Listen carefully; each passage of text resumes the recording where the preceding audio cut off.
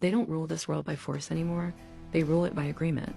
The Bible calls this covenant, not metaphorical, legal.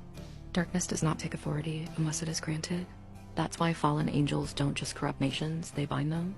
Through oaths, through contracts, through blood, through consent disguised as progress. This is why scripture constantly warns about vows, covenants, and gates. Do not give the enemy a foothold. That's legal language, because spiritual authority works like law. The elites understand this. That's why everything is signed, ratified, sealed. Why symbols matter more than words. Why rituals accompany major global shifts. They aren't superstition. They're activations. When nations legalize inversion, they don't just change morality. They open doors. When humans celebrate what God calls abomination, they invite what God calls judgment. Not because God is cruel, but because protection is withdrawn. This explains something most people sense but can't articulate. Why society feels unnatural now, why nothing feels anchored, why confusion is celebrated, why children are targeted first. Because innocence carries spiritual authority. Jesus said it plainly, unless you become like a child, you cannot enter the kingdom. Darkness knows this too. That's why fallen systems always move toward the young. If you corrupt the root, you don't have to fight the tree. This is also why trauma is widespread.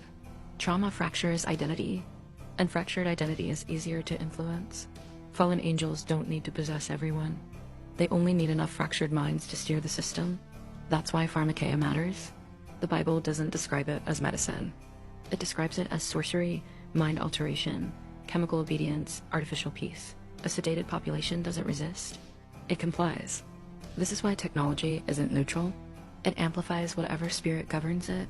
Used rightly, it serves humanity. Used wrongly, it replaces humanity.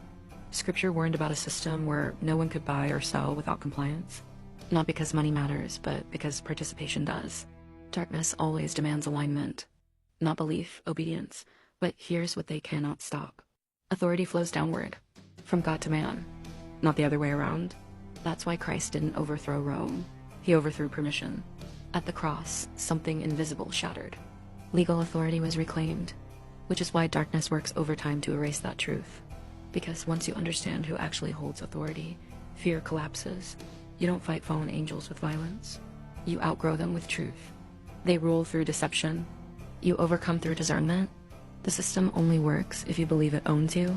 It doesn't. This world is occupied territory, and the eviction notice has already been issued. The darkness is loud now because time is short. They aren't winning, they're rushing. And that's how you know the end belongs to the light.